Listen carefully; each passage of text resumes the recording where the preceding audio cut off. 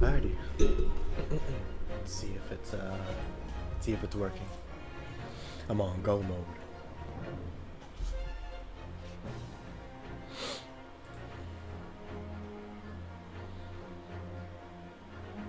Oh, excuse me, sorry. Where you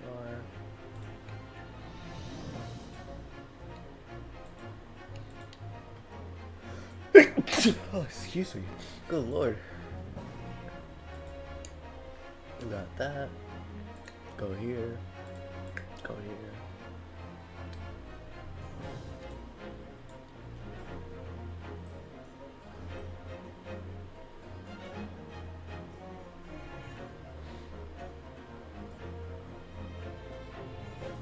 There you go. Sorry about that. Anyways, how's it going, everybody?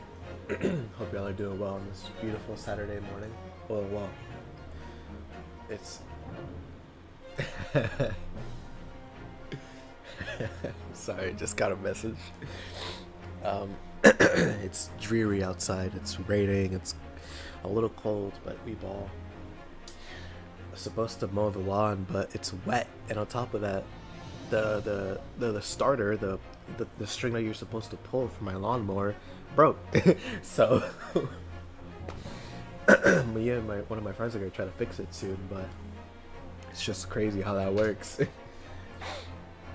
But yeah, so we're back with more Greatest Attorney Resolve. Last stream, crazy trial. So far, we're still in it, so we're gonna see how it goes. But yeah, nah. If you haven't already, there's a new ReZero video that I made yesterday on Friday the 29th.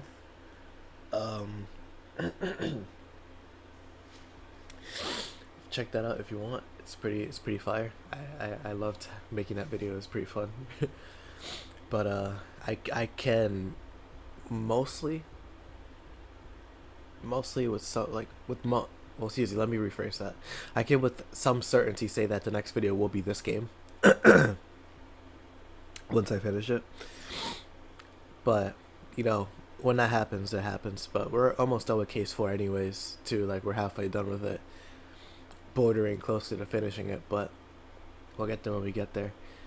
I was hoping to finish it today, but if I can't, then I can't. It is what it is. But we're almost done with this game anyway, so maybe next month I'll start working on that video. Well, granted, it's the 30th. It's like one more day left in the month. I'm gonna have to start working on it next month. It's just whether it'll come out next month or not. Still taking it slow. Still on a grind. Definitely the grind has slowed down, because I hate it, but you know, c'est la vie, c'est la vie. We'll make it through somehow. Anyways, let's get back to it, you know, back with some more Greatest Attorney Resolve. 2nd of November, 1 p.m. The Old Bailey courtroom.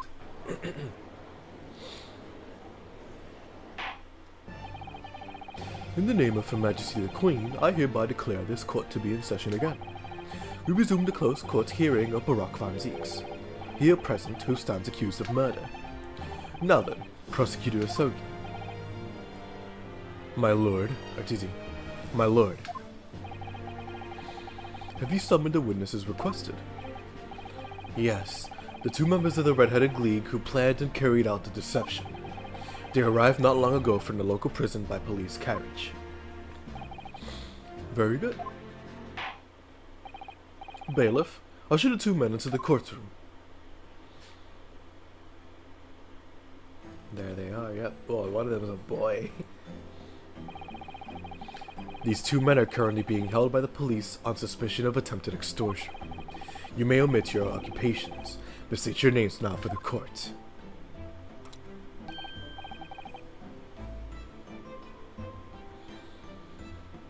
Okay, I think he was French and the other guy was like German or something. I'm sorry, it sounds chopped. I'm not gonna lie, I don't know how to do a French accent. It's been a while since I did Miss Madame Tusspells' accent as well, so I forgot it. I am Fabian de Rosso, a descendant of the great de Rosso family from Nice, in France. My name is Peppino de Rossi. I am the third son of the great Familia de Rossi, the landowners from Napoli. The two men first became acquainted at a boarding school for European nobility. Those who graduate from Team Sika as the future leaders of Europe. But do you have any idea how boring it is to be born with noble blood? Alas, I make it my mission to get the better of the world by employing the little grey cells of my brain. That is all I am trying to do. So, that's the only reason for this whole grand deception you've been carrying out. Oui, you could say that. Not bad, eh? He has the grand ideas, but the petty plans. This strange combination is the charm of the hilarious brothers. See, couple? It's like part 5. Listen to me, Urbino. I have two things to say to you. Eh? Che? Are you about to tell me one of your grandi anecdotes? Evviva! Firstly, I want you to stop calling me the capo. And secondly, we are not the hilarious brothers. This is serious business. Che bello! Oh, che bello! There it is! The capo's a trumper card. The furrowed brow. It is deeper, capo? Oh, sorry, hold on. The furrow and the meaning of your words. The court has been led to believe that under the banner of the Red-Headed League, you have conspired to steal money from the unsuspecting members of the public. Is this true?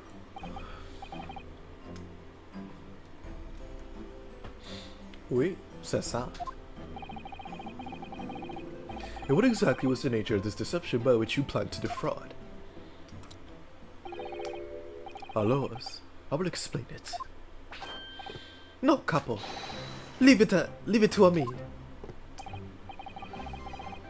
As you see, we both have the vivid red hair, no? At the school, we were teased for this without pity. The couple here, he was many times behind the schoolhouse, crying like the Trevi fountain. Those dogs! One day the world will respect us redheads. Every night he would bury his head. His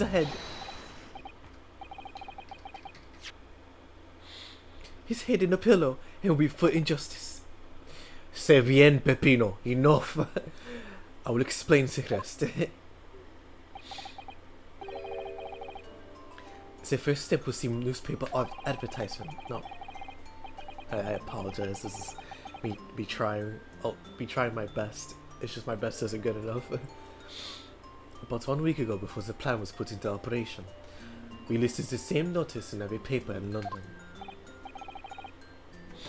Yes, we saw that notice.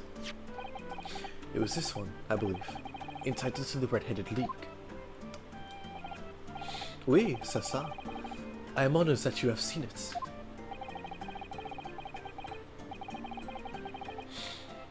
It states the only condition for joining the league. It states the only condition for joining the league is having flame-colored hair, and that if you satisfy the interview panel and are admitted into the league, you can receive a weekly income of £4.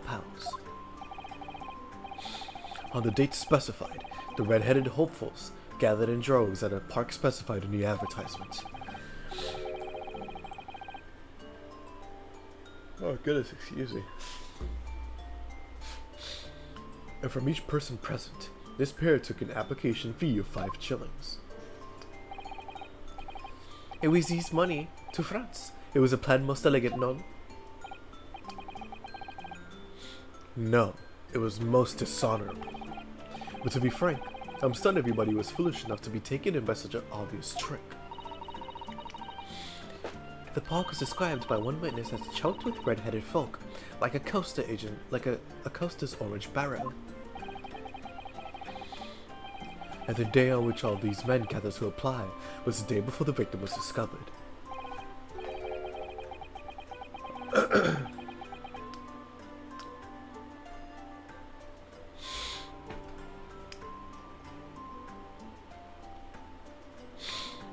Crucially, these two men spoke face to face with every single person present that day.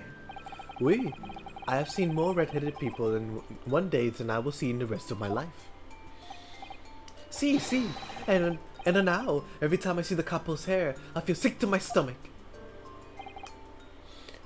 Anyway, why have we been summoned here today? Sorry. The date for our trial was not until tomorrow.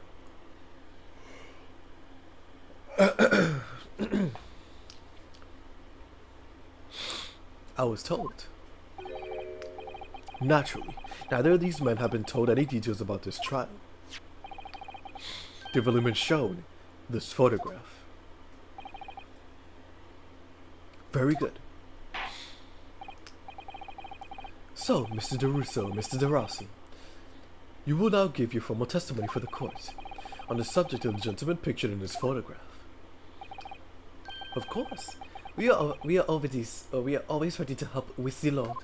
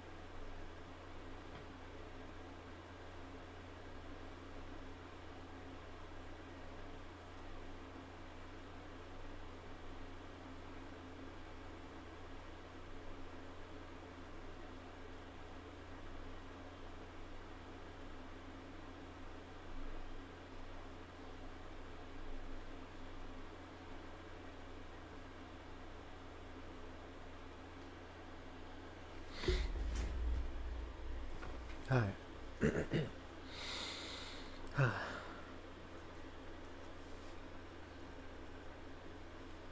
The man in the photograph. Let's continue.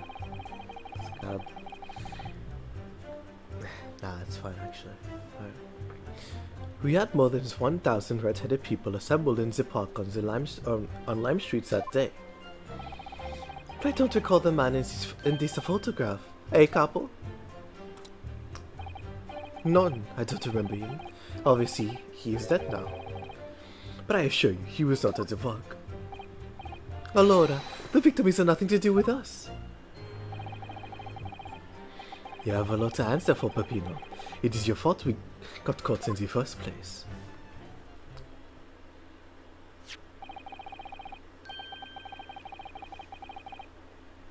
You've given sworn testimony that this man in the photograph was not present.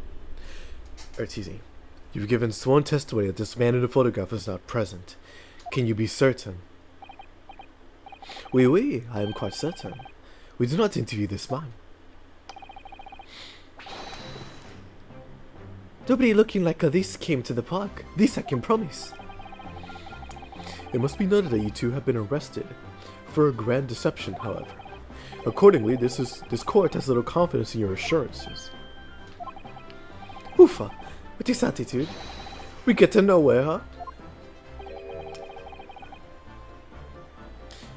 He's really a sulking now.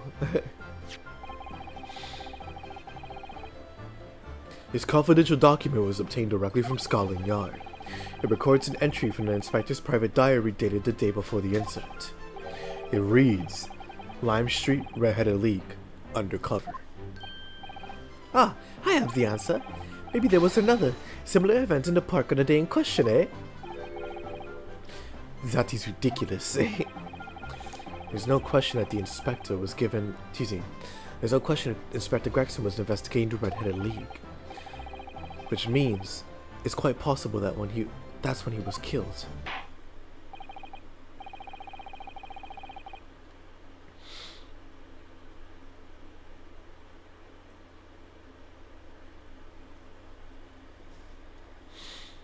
Very well. The defense will proceed with the cross-examination now. Yes, my lord.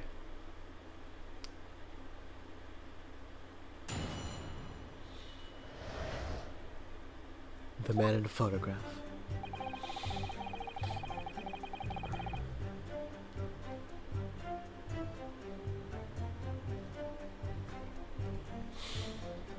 We have more than 1,000 red-headed people assembled in the park on Lime Street that day. Hold it! 1,000 people? That's a very big crowd. It was quite a spectacle. Redheads had come from all over the capital. See, the couple here, he has the magnetismo animale. Nobody else could attract so many people. If I could be born again, I would be the couple. Where? He's 25? I thought it was like 14. Oh my goodness. Okay. Alright, Fabian DeRosa. Or DeRusso. The fraudster behind the Red-Headed League swindle, who was caught by Mr. Sholmes. He derives from the French aristocracy, it seems. And then, Peppino DeRusso. The lackey of Peppino DeRossi. A lackey of DeRusso, and a conspirator in a Red-Headed League swindle. The third son of a great Italian landowner. All those people wanted the money, Peppino. All the £4 per week. Are you suggesting that you spoke personally with all 1,000 applicants? Oui. That we did, because every one of them paid us 5 shillings. We take other names and we take other money, and we take other addresses as well. Then I tell them we take us some days to let them know by a post. E finito. Maybe 2 minuti a person. We start early in the morning and we stop late at night. So, you earned 5,000 shillings in one day. That's a small fortune. Who'd have thought there were 1,000 such gullible redheads in London to start with? One of whom was a great detective with chemically altered hair.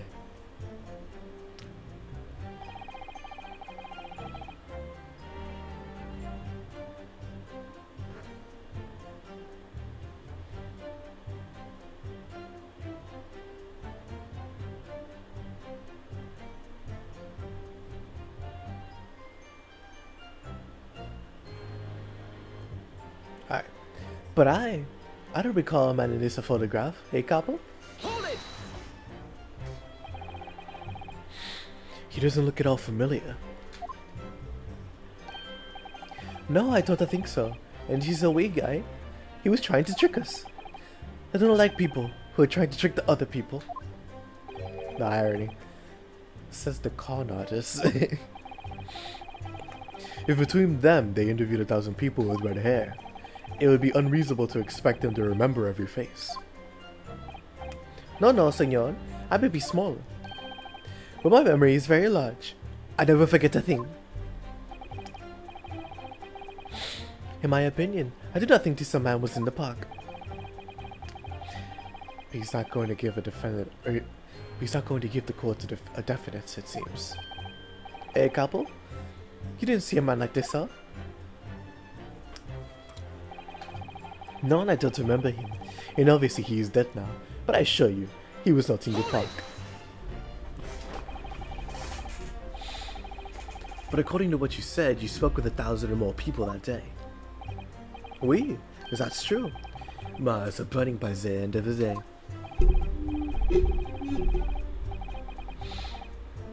Surely then, you can't actually remember every single face. How are you so certain that this particular man wasn't present? Normally, the red hair is very distinctive, aye? But not when you have 1,000 redheads crowding around. Then it's just an eyesore. But if there was some other information you could have given us, maybe then we could recall. That is not the line, Peppino. Remember, we do not remember him. We are sure of that factor. That there was a man with a red hairpiece, but his mustache did not match the color. So I do not think I could have forgotten him.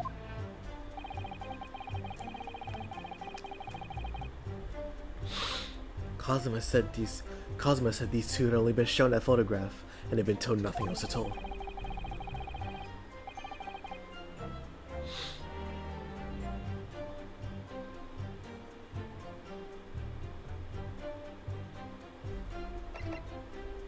Fish and chips. It's definitely his most notable part.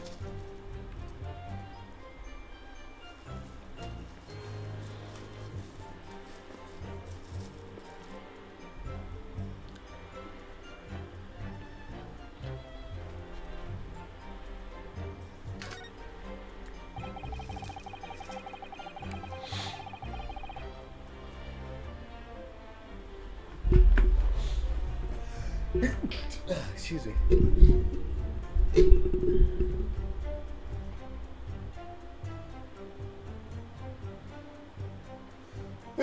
Oh my goodness, excuse me. I think I'm getting sick.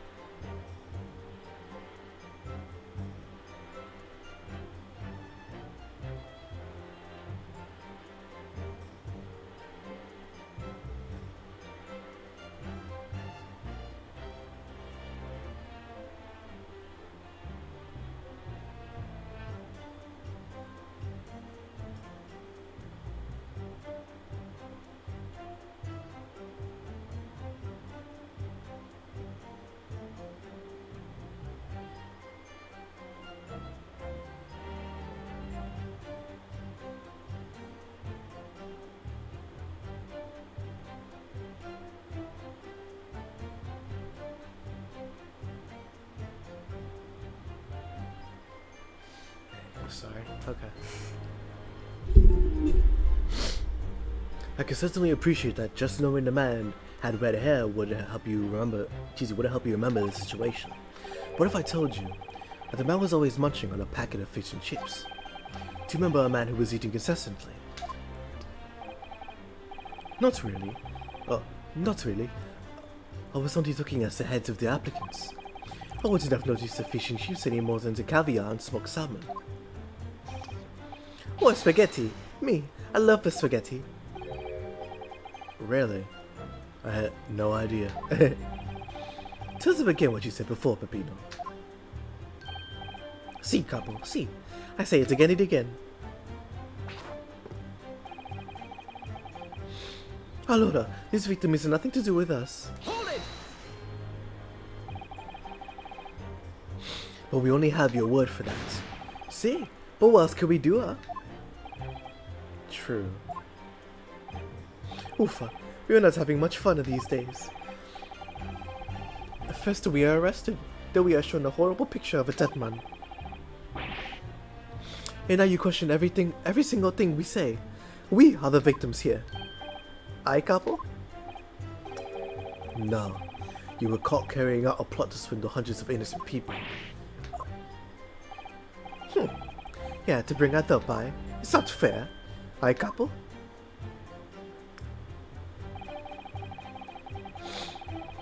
You have a lot to answer for, Peppino. It is your fault we got caught in the first place. What do you mean by that? Cavolo, you promised not to say, I, capo?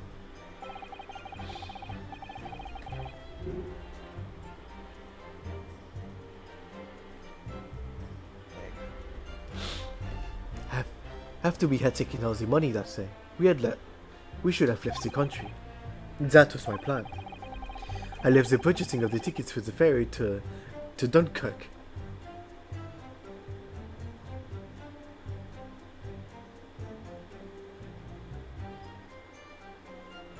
Wow, I have never seen Dunkirk. Dunkirk.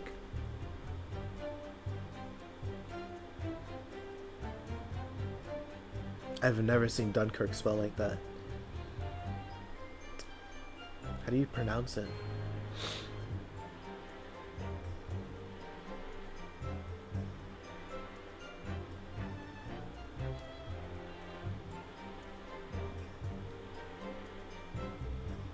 Dunkirk, wow. I left the ferry to Dunkirk to my companion yet.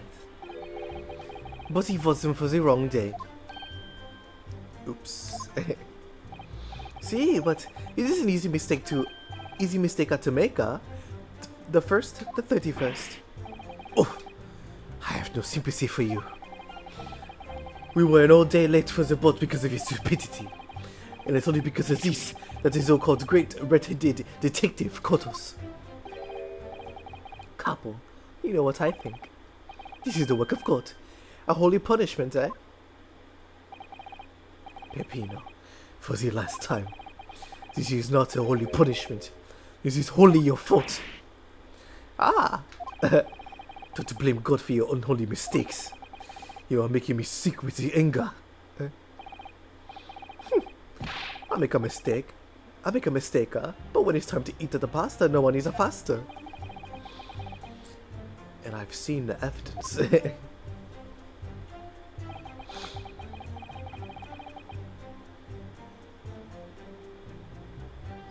They haven't told us much we already didn't know.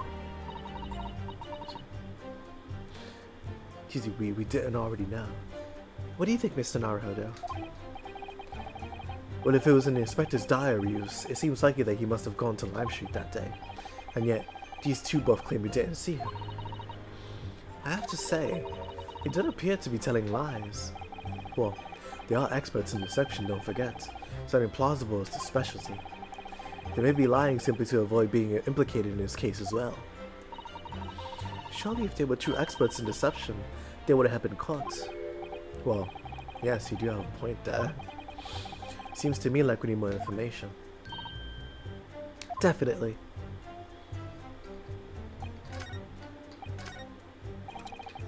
Hold it!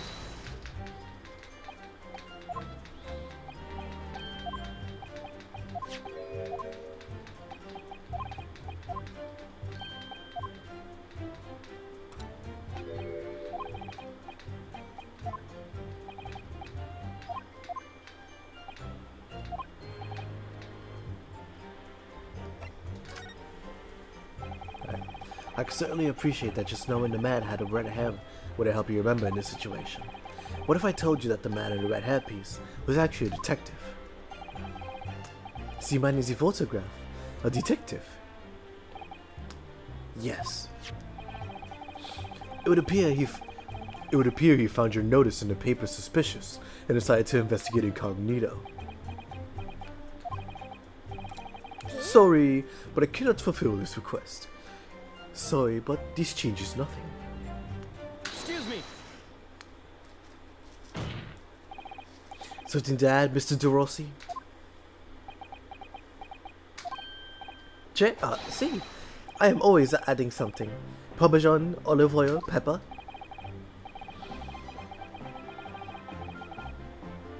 What I mean is, you should not agree with your friend's last remark by any chance.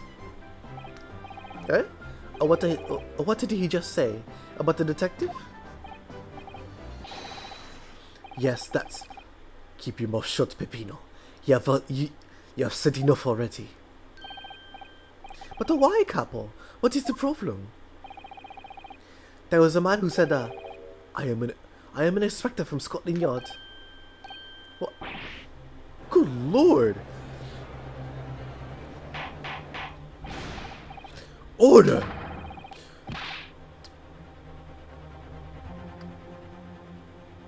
There you go. What does that mean, Voltface? I imagine, like,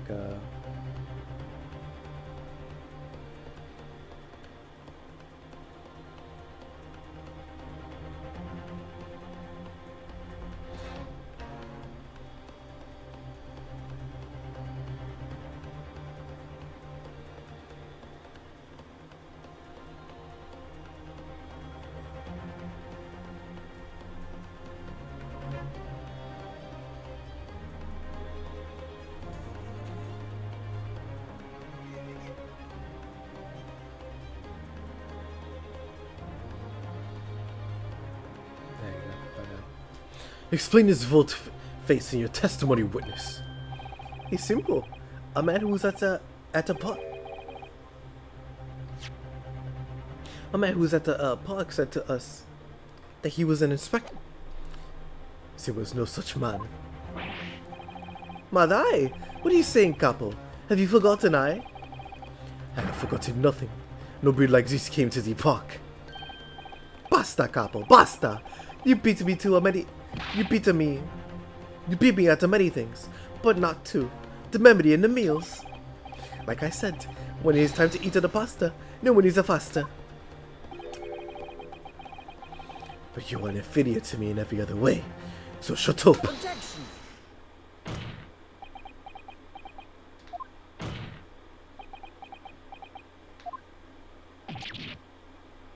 Duh.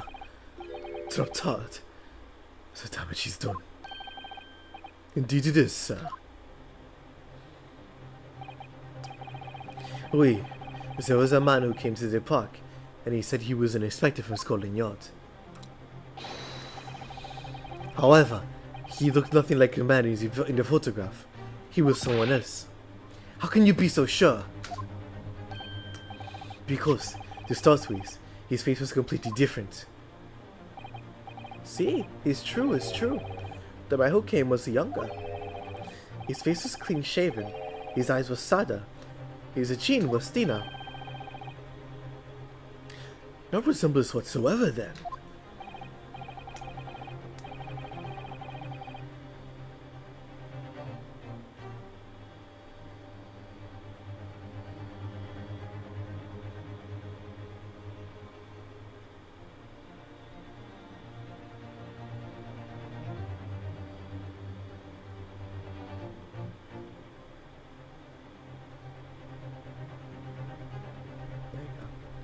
Anyway, I was not going to be fooled.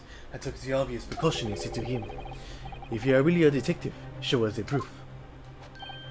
See, the couple here, he doesn't take a nonsense, eh? But he was well prepared. He said he had identification. Identification? You mean, the Vigil Police Inspector's identification? That is most unconvincing. Sorry, my lord? Counsel, No incognito inspector would offer his identification for inspection. It's quite out of the question. Definitely. What would he expose his true identity? Clearly his papers are fake. Certo, capo. You're a genius.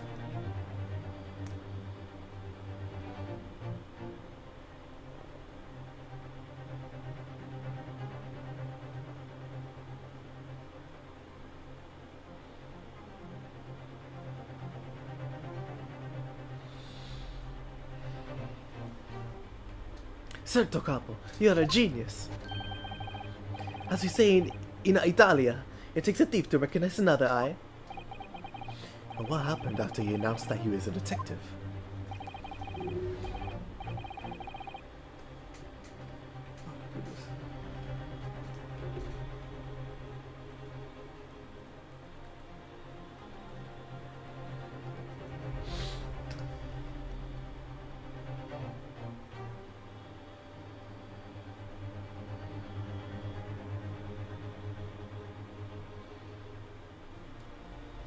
He became very annoyed.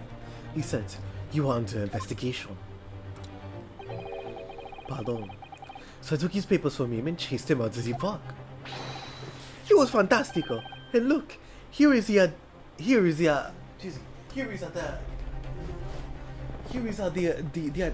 wow, I can't say that. Oh goodness. Here is the identification. So you stole it from the man. So you stole it from the man. He had it coming. He made us very scared. But he was not who he said he was. Indeed, the person described does not appear to have behaved as a true inspector would. However, excuse me. I believe it would be prudent for these identification papers to be entered into evidence. But I like them. The inspector's identification has been entered into the court record.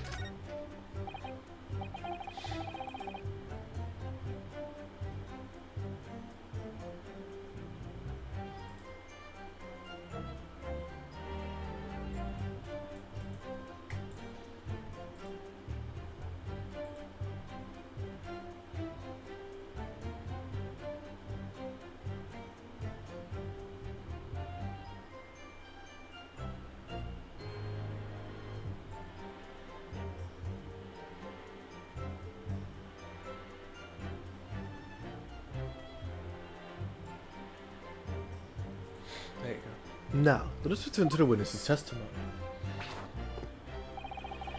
Allora, these victims had nothing to do with us. Sure, whatever, man. Alright. Metropolitan Police Force. Identification of a man claiming to be a detective inspector.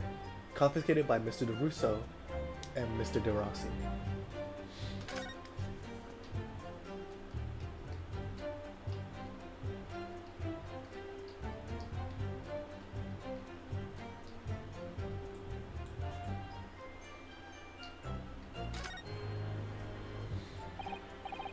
Well, I suppose we should see what's this inspector's identification looks like inside.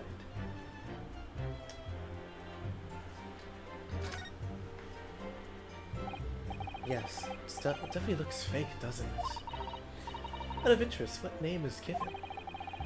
Probably just something plucked out of the air. It's Tobias Gregson. Wait, what?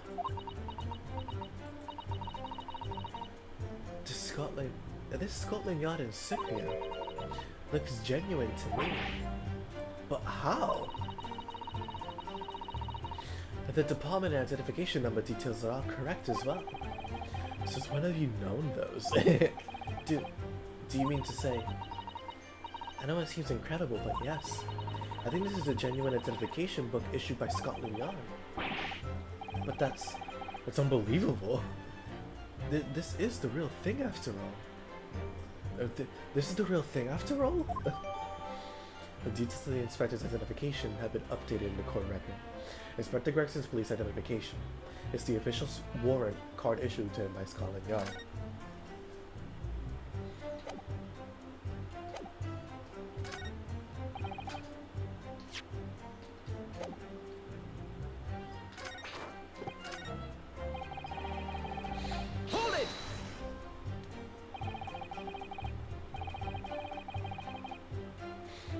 But according to what you saw, oh, skip it. Skip.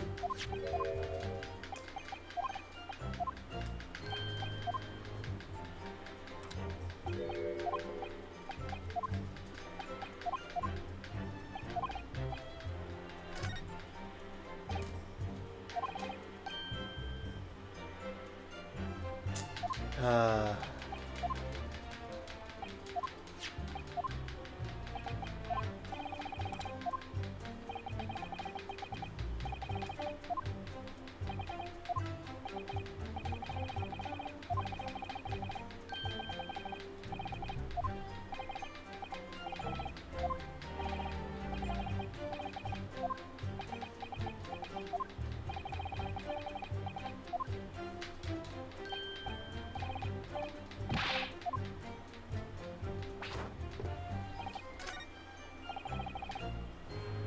Hold it!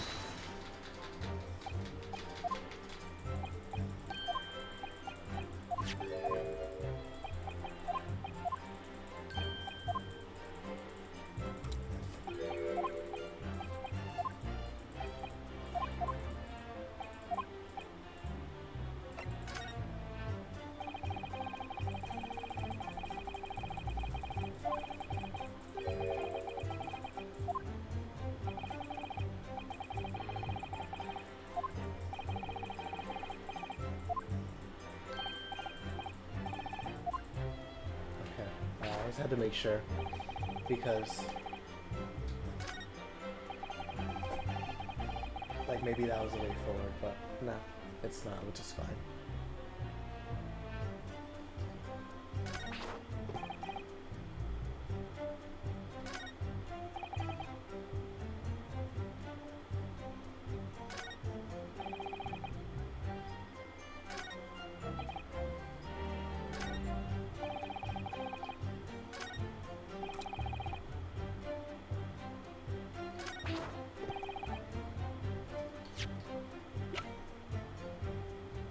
Objection! I was right, okay. I was right. I wonder if I could ask you to examine this identification book very closely. Mr. Strahd. Why Mr. Strahd?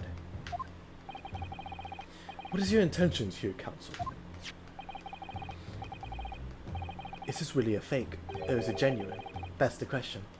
But you can't answer ourselves. Objection! Don't be ridiculous. No Scotland Yard detective would allow his or her identification to be stolen. Hold it. That is the boss's. No question about it. It can't be.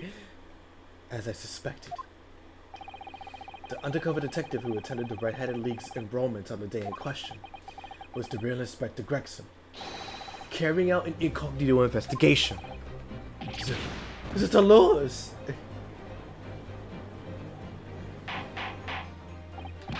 Order!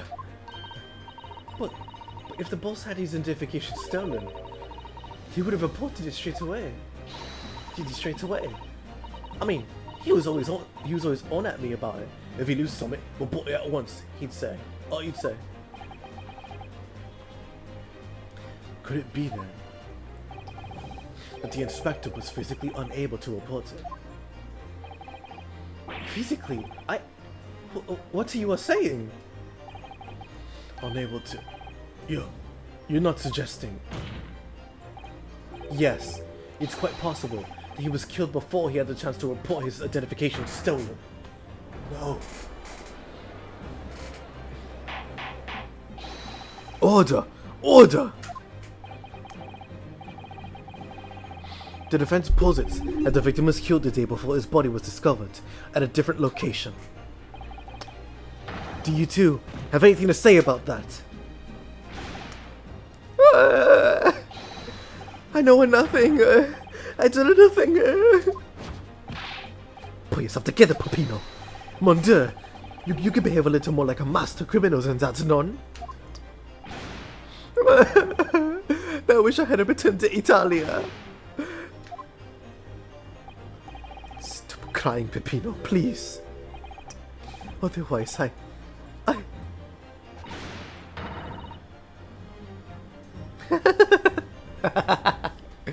Let me stop your whine and start talking. Well, there you go.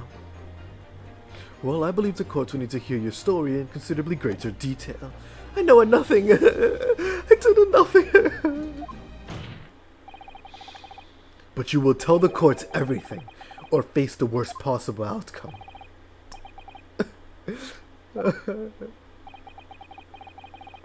You will dry your eyes and testify again about these identification papers in the precise circumstances under which you came by them.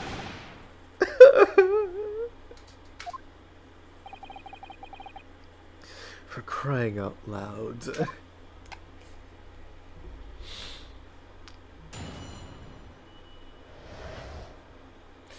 The detective in the identification. The truth is, we took him prisoner. He kept him for the night at our secret hideout. Even though I didn't think he was a real detective, I was too scared to let him go that day, just in case. We took the man's identification from him. He shot at him in the room next to ours. There might have been a bit of a tussle, but we did him no harm. And the next morning, we let him go. He spent a night in a nice room. It was nothing like a prison, really.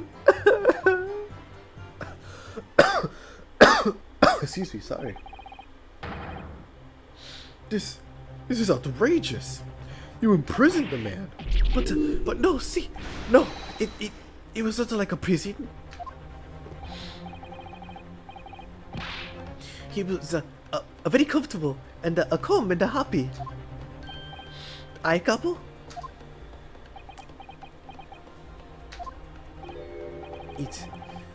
It was never part of my plan, I swear it.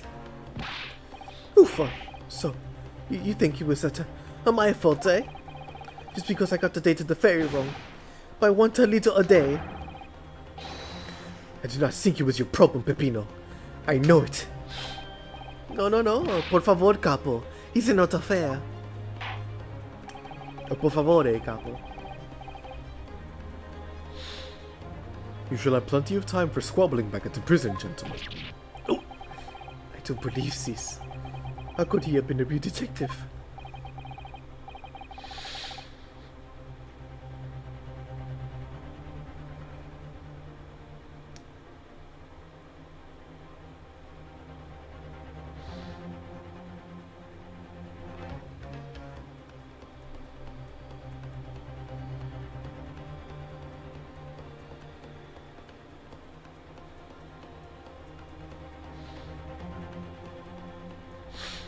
Counsel for the defense, proceed with the cross-examination.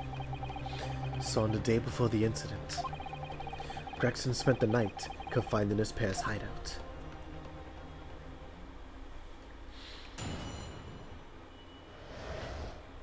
The detective and the identification. The truth is, we took him prisoner and kept him for the night at our secret hideout. Hold it!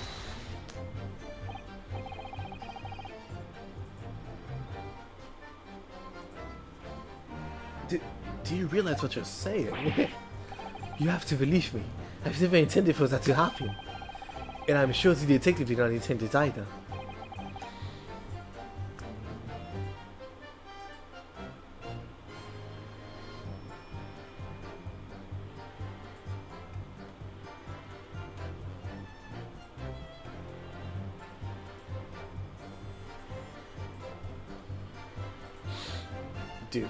Do you think? but there was nothing else I could do. See, nothing else. This was a first crime for the couple. He was at the end of his wits. I have told you before, Peppino, that is not the way to describe a criminal mastermind. What about this hideout of yours? An old empty house behind the park on Lime Street. We went to the place for 2 days. It was an inspired idea by the couple here. An impulsive idea, I would say. No, not impulsive. Inspired. Aye, couple? What am I supposed to say to that, Peppino?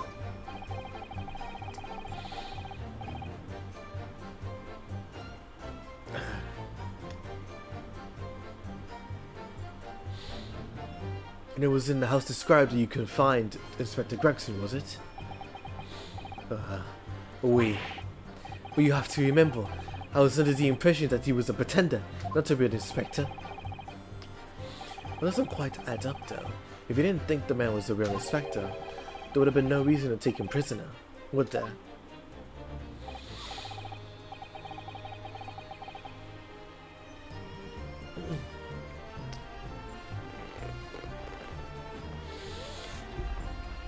Oh my goodness. Alright. Goodness, I'm so tired. Alright. None. You are right. But we couldn't be completely certain. Even though I didn't think he was a real detective, I was too scared to let him go that day, just in case. Hold it!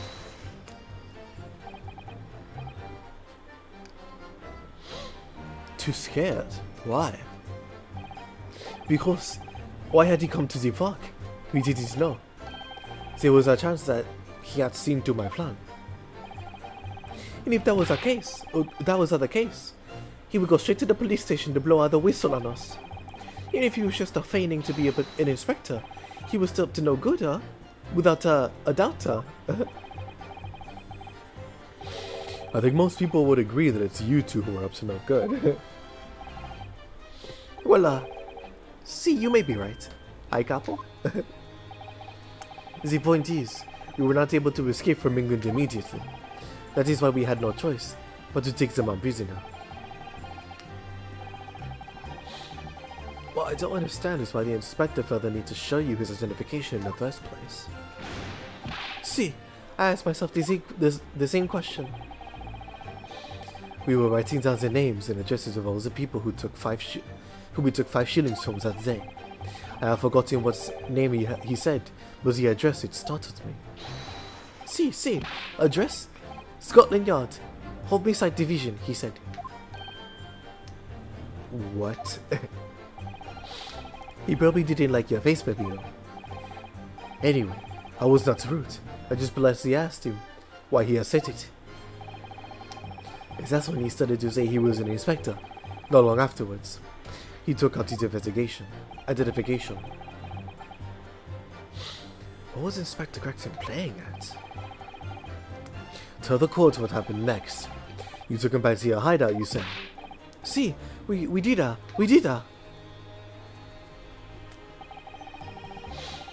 We took the man's identification from him and shot at him in the room next to ours.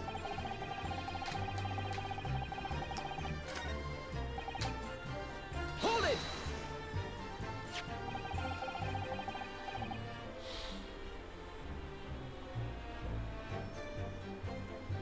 That being the identification book here, correct? See, that is the one. What made you believe that it was a forgery? I never seen a real one, of course.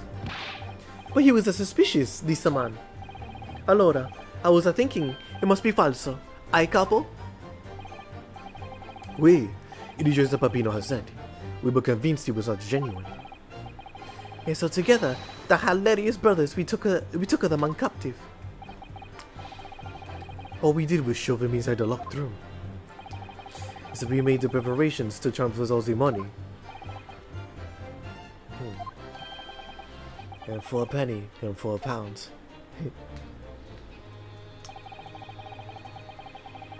There might have been a bit of a tussle, but we did him no harm. And the next morning, we let him go.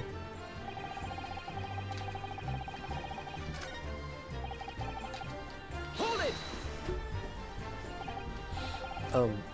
What do you mean by a little tussle exactly? Oh, both. It was nothing, just a minor incident. The falso inspector, he was a real piece of work. A real piece of the work. Ai capo? What happened? Oofa! It was a disaster. We gave him a nice room. And what does he do? Huh?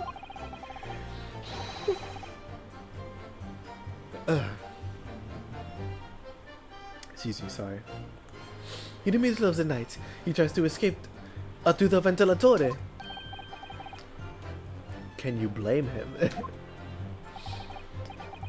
We chased him, monsieur, We caught him again. Can you blame us? Wait, you didn't shoot the man in your haste, did you? Who do you think we are? Of course not. I simply caught him. I simply got hold of him again and took him back to the room. Excuse me. Mr. De Rossi, is there something wrong? Me? Something Mr. DeRusso said just seemed to make you, well, seemed to make you act even more strangely than usual. What was that all about? Cavolo, at times like that, you don't. I want to have the capo after you, believe me. And I speak from a personal experienza. Personal experience? That is enough, Papino. There is no need to say more. The truth is, a night before we put the Red-Headed League plan into action, I was scared. It was not fair to the couple, but I tried to run away. It's a shame you didn't manage it. But the couple here, he came after me like a turbine, or like the turbine, huh? And he dragged me back to the house, kicking and screaming. After I had the bruises to prove it. Aye, couple? Bruises, you say? Aye. You wanna see, huh? You wanna see my fantastical bruises? That is enough now, Peppino. No one wants to look at any part of you. Oh, what's that to do, huh? I assure you, huh? Or I don't. I assure you, or I don't. You do now. Allora, if everybody wants to see, then I do it. Damn. Oh my goodness. Oh my lord. Ecco, you see? It is still a very visible eye. That red ring around your neck. You got that when you were dragged back to the house. See, the capo, sometimes he is a very rough. He's a very rough, and I said that is enough. Peppino's neck is nothing to do with what we are talking about here. You have my word. Yes. What is your opinion, Counsel? About this red ring around Mr. De Rossi's neck? I wonder, does it matter?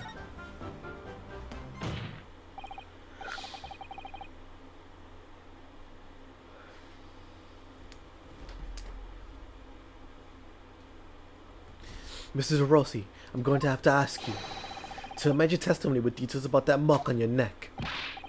Aye, couple? You see? Everyone is interested in what I say, huh? Duh. Peppino, I will kill you. Very well. You will amend your testimony as requested, Mr. De Rossi. See, if you really want to know.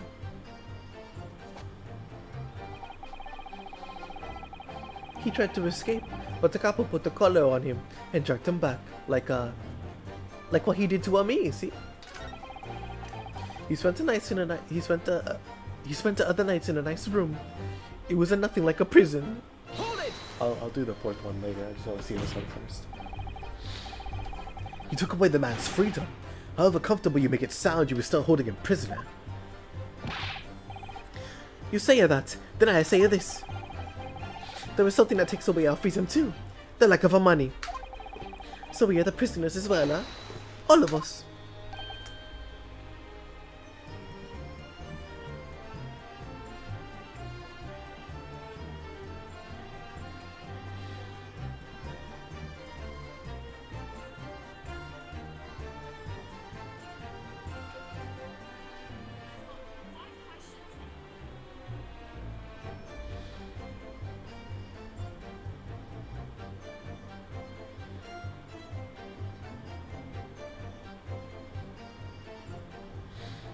There you go. Huh? No money, no freedom. This is the truth. It makes me mad, and it makes me sad. What can we do? Well...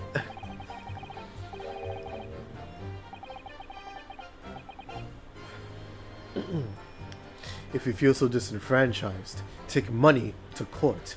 Though it'll cost you, of course. The irony. Oofa. There you have it. You see? This is why we need the Red-Headed League. To fight for the justice. Perhaps he has a point. No, Mr. Naruhodo, he doesn't. All he did was to give the man a comfortable place to sleep for the night. And you say it was a prisoner? Huh? Perhaps he has a point again.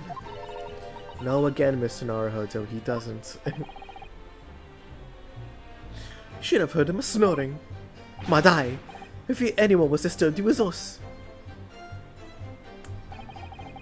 Not much to go on, really. The testimony does make me wonder, you know. About this pocket watch belonging to the inspector, I mean. Ah, yes. The one he has treasured so much, apparently. If he was confined but not restrained, as the witnesses are implying, he would still have been able to wind his watch. That's very true, yes. So did the Inspector Gregson actually die while he was being held captive by those redheads? In which case, is it possible that these two young men are responsible for Inspector Gregson's? To be honest, I find that hard to believe.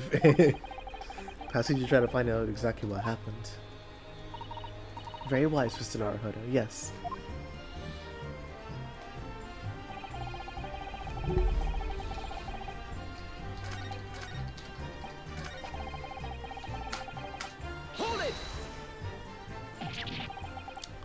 Are you saying that red mark was caused by? See, a big collar made from a leather. A leather collar.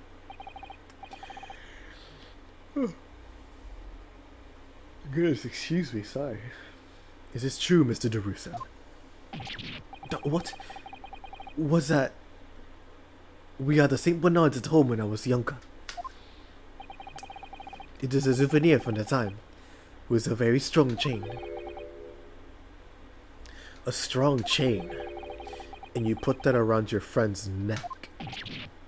I'm sorry. I was so angry he was leaving me alone. You did not have to tie the chain to the leg of the bed, though, huh? I would not have tried to run away again. You didn't do that to Inspector Gregson as well, did you? Treat the people like equal, huh? Is the couple's motto, right?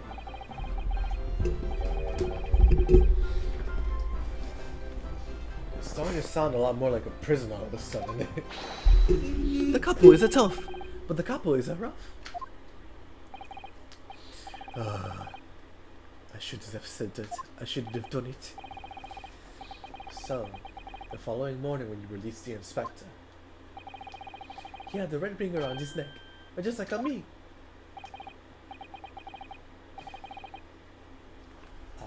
I don't know what this is.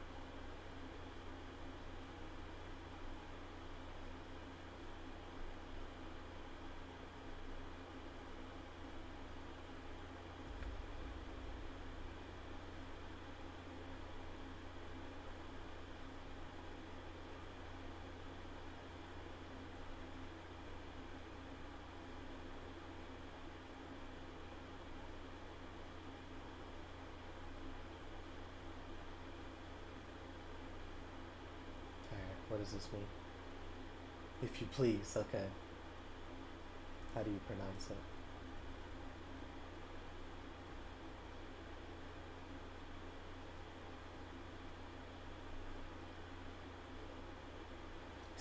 S'il vous plaît.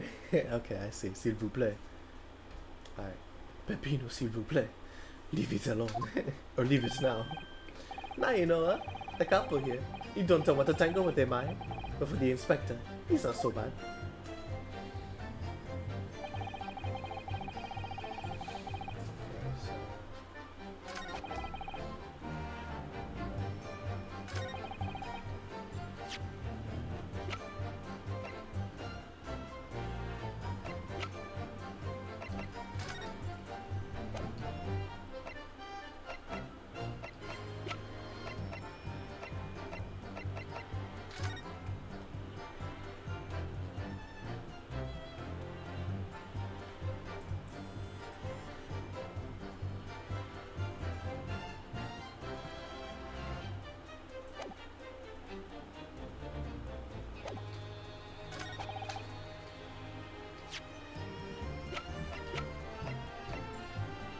Objection!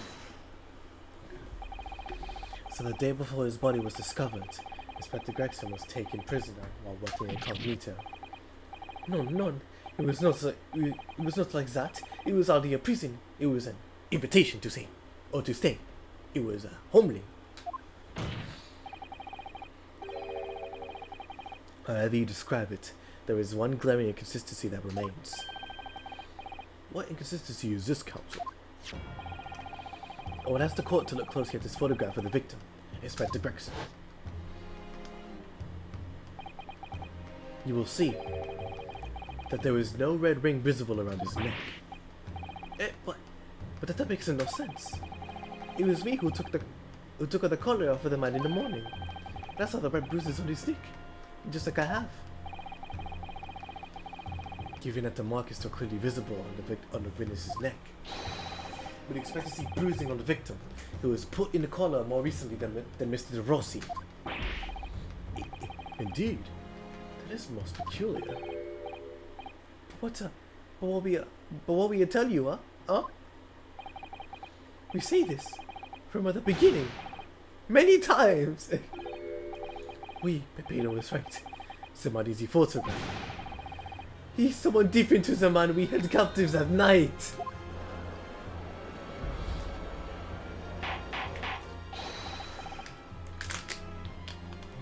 Order! It would appear then that on the day before the incident, the man who visited the park on Lime Street posing as an incognito inspector was not Inspector Gregson at all. If that's true, however, how do you explain the inspector's identification? You can't. Nobody can right now.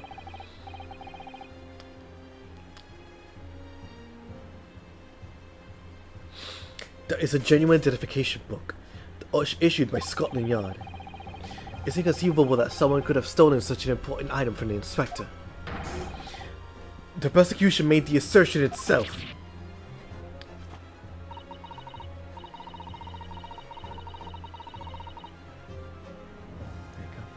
And we also know that the inspector had made a note about the Red-Headed League in his diary for that day, which surely means we can't divorce the two events completely.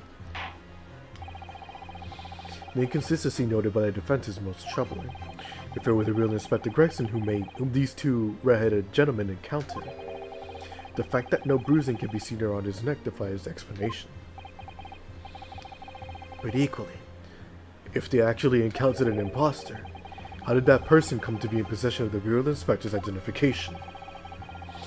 Does the defense have some plausible explanation, counsel? The whole thing defies explanation. It is precisely for these occasions that we keep meticulous notes in the court record, Mr. Naruhodo. Because those are the facts, and the facts cannot lie. No, the facts can't lie.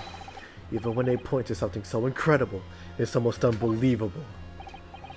Well, my lord, the true identity of the person who turned up in the park for the Red-Headed League's enrollment is revealed by information in the court record, I believe. Good gracious. Very tantalizing, Mr. Naruhodo.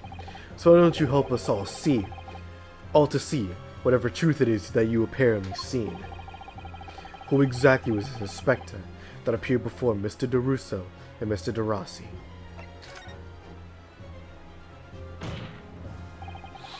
Though it seems incredible, I admit,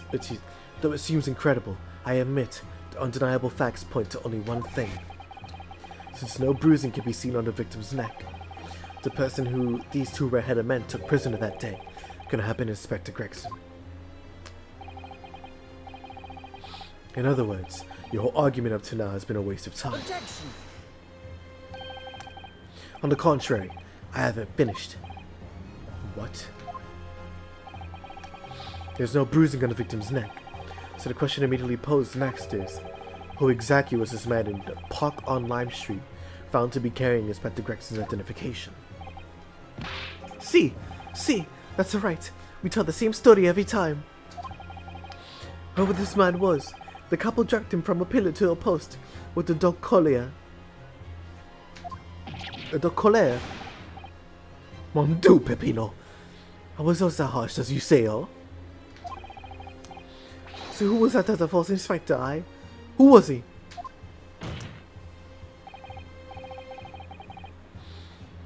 Clearly the defense has an idea about that. About the true identity of the man who these two imprisoned that night. I must ask the counsel for the defense to elaborate post haste. Who did the witnesses encounter in the park, posing as Inspector Gregson?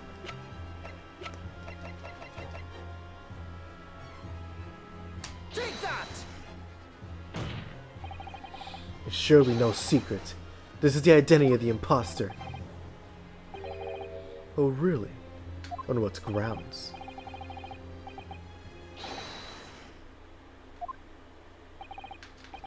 What? Huh?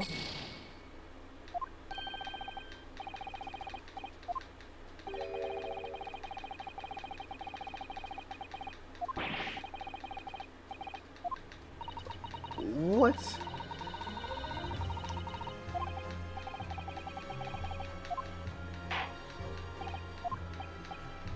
What do you mean it's not him? Am I going Oh. No, I'm dumb. I'm so dumb. Wow. Of course, I'm so stupid. Take that!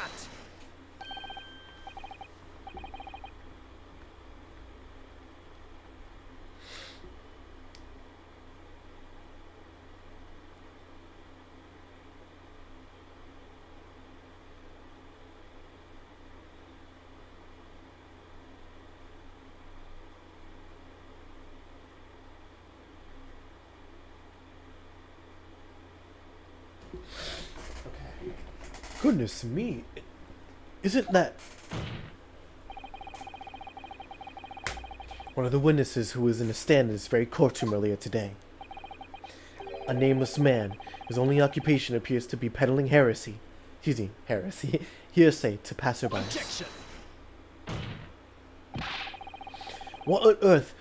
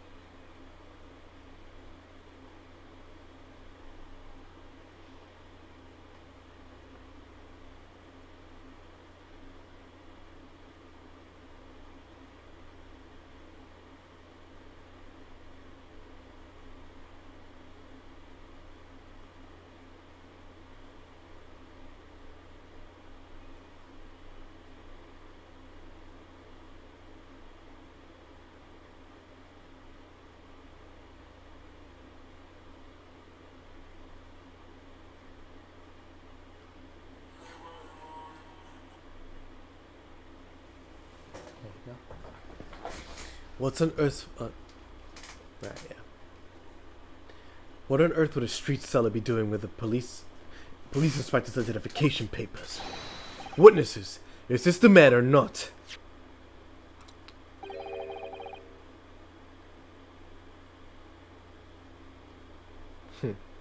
I see it now. I see it. Okay. Yeah. What has happened to his sleep? See, this is a man. This is a man is not for the red-headed league guy. He is looking for the twisted lip league, no? Perhaps rather than making such a rash claim next time, you should bite your lip instead. It seems improbable, yes, but one undeniable fact remains. During his testimony earlier, I noted something around the man's neck. A red ring of bruising. What? The defense demands that Mr. Gossip be brought back to the stand. Order! Bailiff! Bailiff! Please! I need you, bailiff! Bring the affirmation witness back into the courtroom. Immediately!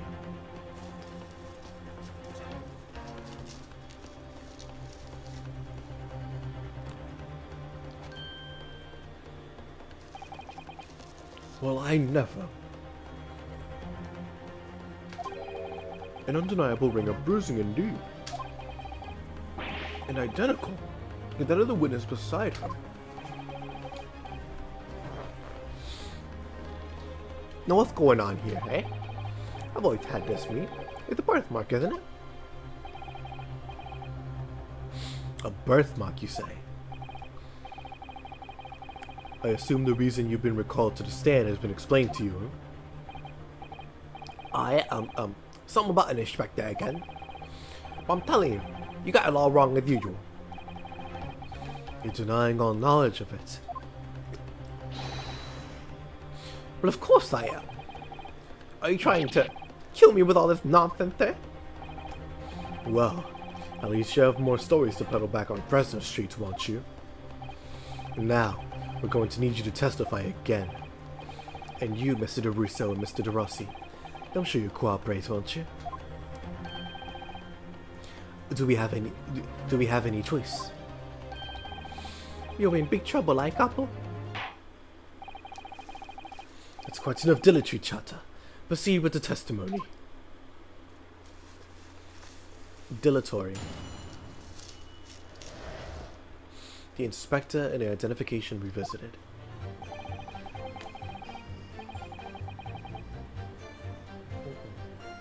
The man who claimed to be an inspector that day was definitely not this man. He's right, see? You think you would forget these grand lips, sir? I never leave Fresno 3. I have no interest in any red-headed league. I'm all alone in the world, me. I have no kinfolk to nothing. I want to be involved in something like that. Just look at me, eh? Does it look like I carry off a disguise with a face like this?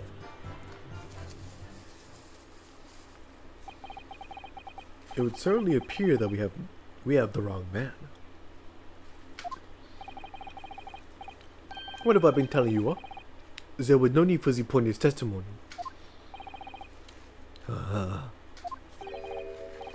That's right. I'm just a simple peddler, remember? Fresno Street's all I know. How did I come by a police inspector's identification book, eh? Well, yes. It's hard to explain, but... A brief cross-examination, I think, counsel. Very brief. Is there anyone in this courtroom who thinks I might be onto something? Suzuto. See? I'm about to say. Never doubt who's on your side as long as Suzuto's on your side, man. Never doubt it.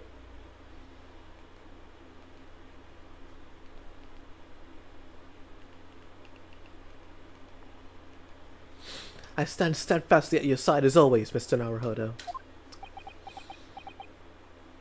That must be a bitter pill to swallow. Must be a real bitter pill to swallow. That's interesting. The inspector and the identification revisited. The man who claimed to be an inspector that day was definitely not this man. Hold it!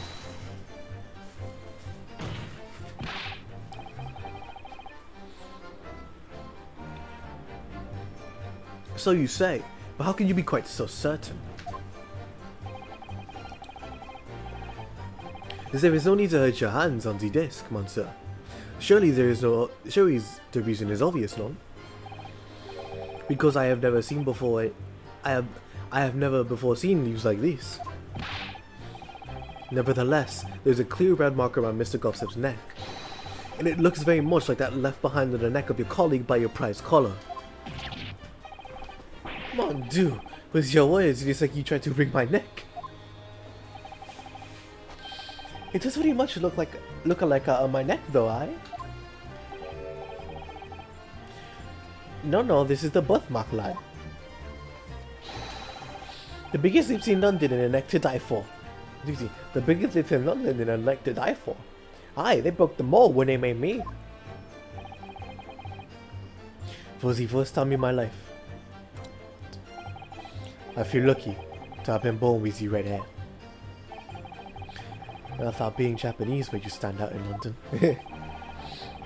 So you maintain that you've never seen this man before? Oui, c'est ça.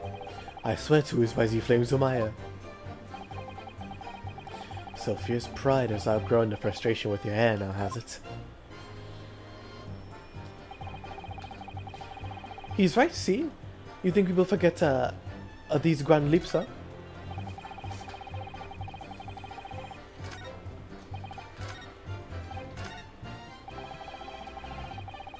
Hold it! Well, yeah, okay. Well, yes, I don't imagine I'll forget those lips in a hurry either. That is what I am saying. For some reason, it makes me want to eat. How did Fabian call it? Oh, excuse me. He's Italian, not French. This is what I am saying. For some reason, it makes me want to eat. How did Fabian call it? An eclair. You know, I've never seen their hair as black as yours before either. Likewise, I've never seen red hair like yours until I came to Britain. See, maybe he's a nationality trait, huh? Maybe other people from this man's country have a grand lips. No, lad, I was born right here on Frenthorpe Street, and I never left. Oofa, that is the problem, see? So you definitely didn't go down to the park on Lime Street that day, Mr. Gossip. Now, how many times do you want me to say it, eh? I never left Frenthorpe Street, alright? I'm not interested in any redheaded lead. Hold it!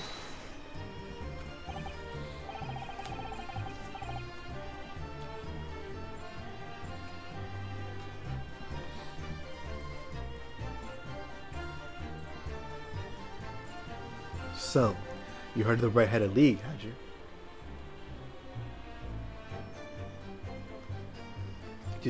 So, you... They're killing me. Oh, Naruhodo, I'm sorry. This is why I'm hot. This is why I'm hot. This is why I'm hot.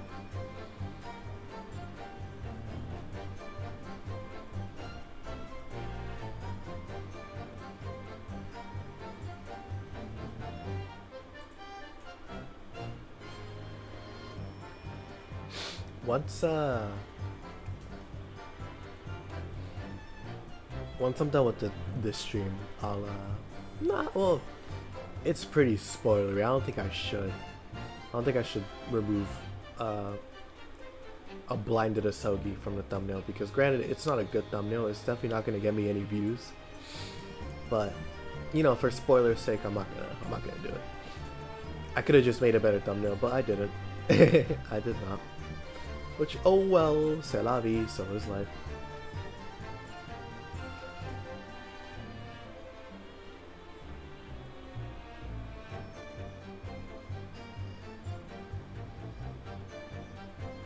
I'm seeing red like my brother's ghost.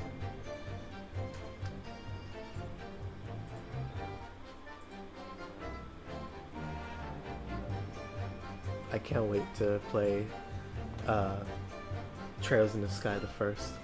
I genuinely cannot wait. I just don't have the money for it right now. Oh man, oh my goodness, please. Can't wait to play that game.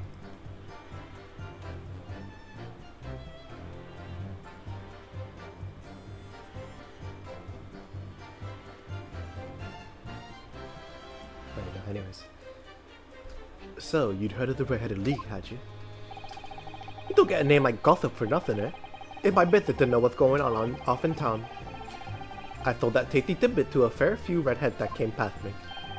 Just between us, I even got sandwich to cough it up for it. That's weird that they showed the picture. They usually don't. Well, he does have a very red nose, if that counts. Who knows? But as you can see, my own hair's not got a hit of red in it. In any case, Fresno Street's my patch. Is that so?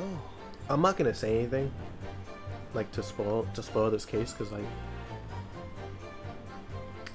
I do know what's going on, at least a little bit, but it's just so clever. It's actually so clever. I love this. Oh my goodness. Anyways, because like you really wouldn't be able to tell. You really wouldn't until the idea comes into your mind. Excuse me. So clever. I love this game's writing so much. Mr. DeRusso.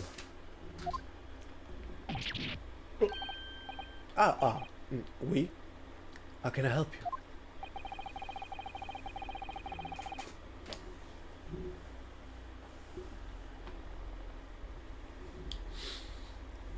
Did Mr. Goss's words just now lead you to remember something relevant, perhaps?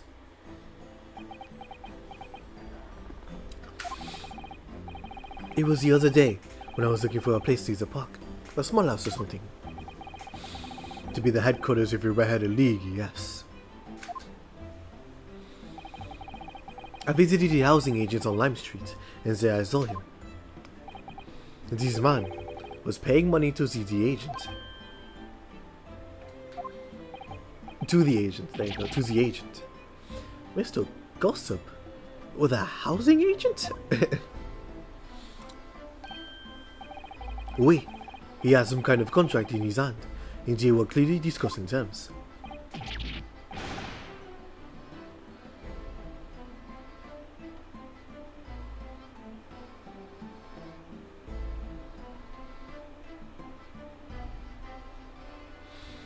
But, no, you're mistaken, chum.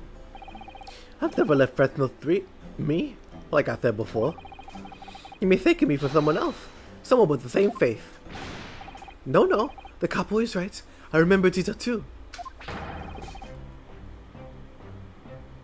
can just leave it like that. It's a new thing anyways.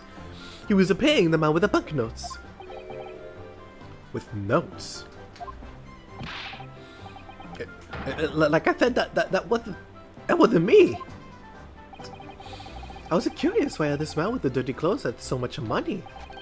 So I look at the man on the. I look at the name on the papers. And what name was written? Mr. Gossip. No. This is a man. He lies. He tells you that he has a no name. But in fact, his name is a Hugh Bone. Huh? He's better than Mr. Gossip, I think. See? No.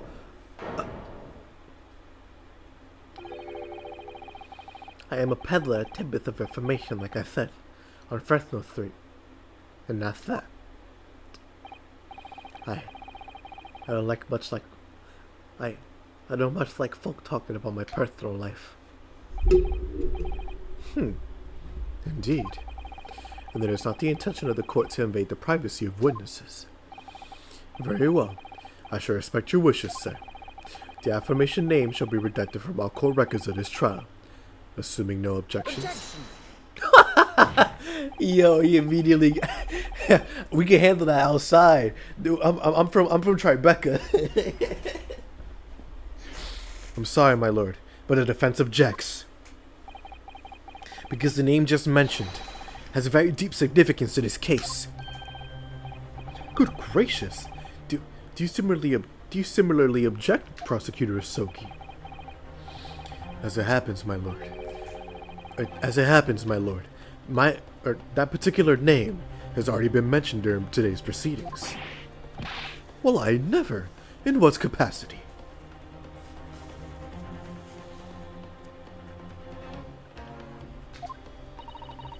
Hugh Baum. That name is of the leaseholder of the room. Let me put this very simply.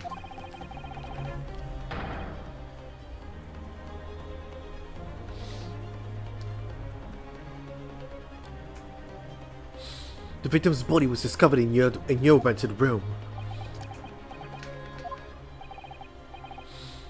I suggest, sir, that you start talking. Well, alright. I thought both of them might be the case thing.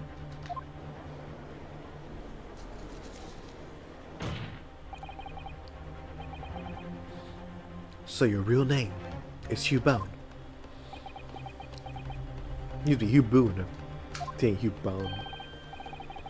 Well, just between us, I like to blow my own trumpet, but there's no finer peddler of tidbits in town. So I happen to be able to afford a grubby little room in a falling down backstreet townhouse. You do? You do? Yeah. Once every 6 months, I go and pay the rent to the agent on Lime Street. I remember now. There were 2 vulgar redheads in there last time. If either of us sees a vulgar, it is not to me. Think again, Peppino.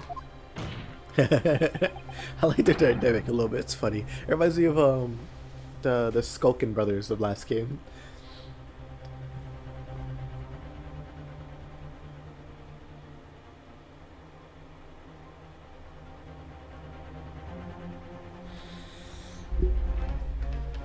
Let me finish this up and then I gotta go, unfortunately. Luckily, honestly, I thought it was gonna be a lot shorter. But 1 hour and 40 minutes isn't the worst.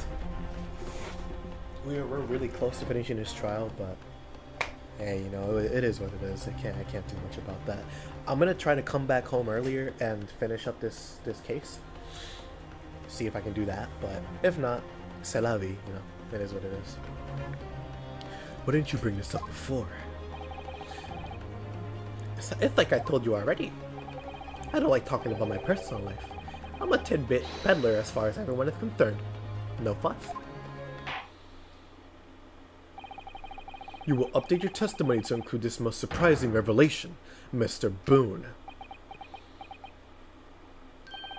If I must. So the leaseholder Scotland Yard has been looking for since the body has been discovered has been under our noses all along. And there you go. Alrighty.